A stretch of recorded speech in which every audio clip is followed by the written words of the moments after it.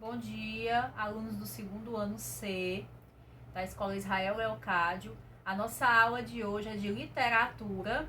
A gente vai iniciar uma nova escola literária, um novo período, né, que marca aí a história da nossa literatura, que é o realismo. Essa escola, gente, esse movimento artístico literário surgiu na segunda metade do século XIX na Europa como oposição ao romantismo. Então foi num período em que a ciência iniciou aí o seu progresso, né? E aí se primou pela objetividade, pelo realismo, em combate aos ideais românticos, de idealização, né, da sociedade, da mulher. Então o realismo veio como forma de combater os ideais românticos e mostrar novos ideais de uma sociedade que estava em transformação. Vocês vão poder ver aí no livro de vocês, gente, a partir da página 188, no capítulo 1 da unidade 3, em que a gente inicia realismo, naturalismo e parnasianismo. O naturalismo foi uma corrente, ele não é bem um movimento artístico literário independente, ele foi uma corrente dentro do realismo, em que se primou a questão do experimentalismo, de ver o ser humano não no seu meio social, como via o realismo, mas como um experimento científico, né? Um ser humano numa versão um pouco mais animalesca, com suas patologias sociais. Enquanto que o realismo se preocupou com o homem em sociedade, mas no caso, vislumbrando a classe burguesa, já que a grande maioria das pessoas na época não sabia ler, nem escrever, nem tinha acesso a estes meios.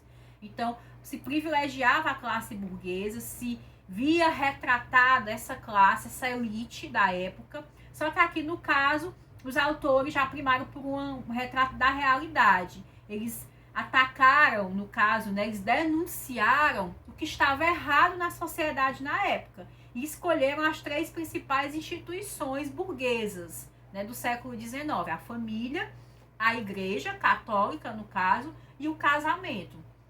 Então, esses temas foram abordados, mas de uma forma crítica, né? O casamento por interesse, a corrupção dentro da igreja, e outros males da sociedade da época, né? De forma bem crítica e objetiva. Então, o que primou aí o realismo foi a objetividade, em contraposição à subjetividade romântica. E o parnasianismo, gente, foi o realismo na poesia.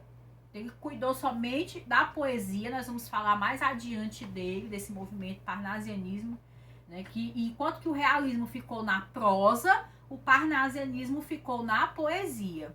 E aqui no Brasil, o grande representante do realismo foi o escritor Machado de Assis, que é também o maior escritor da nossa literatura de todos os tempos. Então, Machado de Assis, com suas obras, a sua obra-prima, Memórias Póstumas de Brás Cubas, que marcou o início do realismo aqui no Brasil, e outras obras como Dom Casmurro.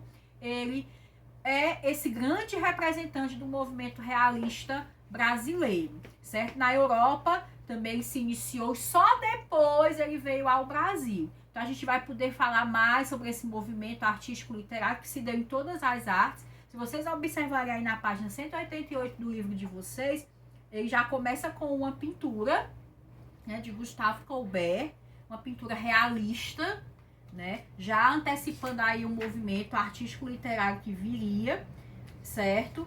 E, claro, na literatura não seria diferente, certo? Então, ele foi influenciado por várias áreas do conhecimento, né, pelo progresso da ciência, princípios e métodos das ciências baseado na razão, na objetividade. E no caso do naturalismo específico, né, o nome já diz naturalismo, veio de natural, de natureza, da experimentação.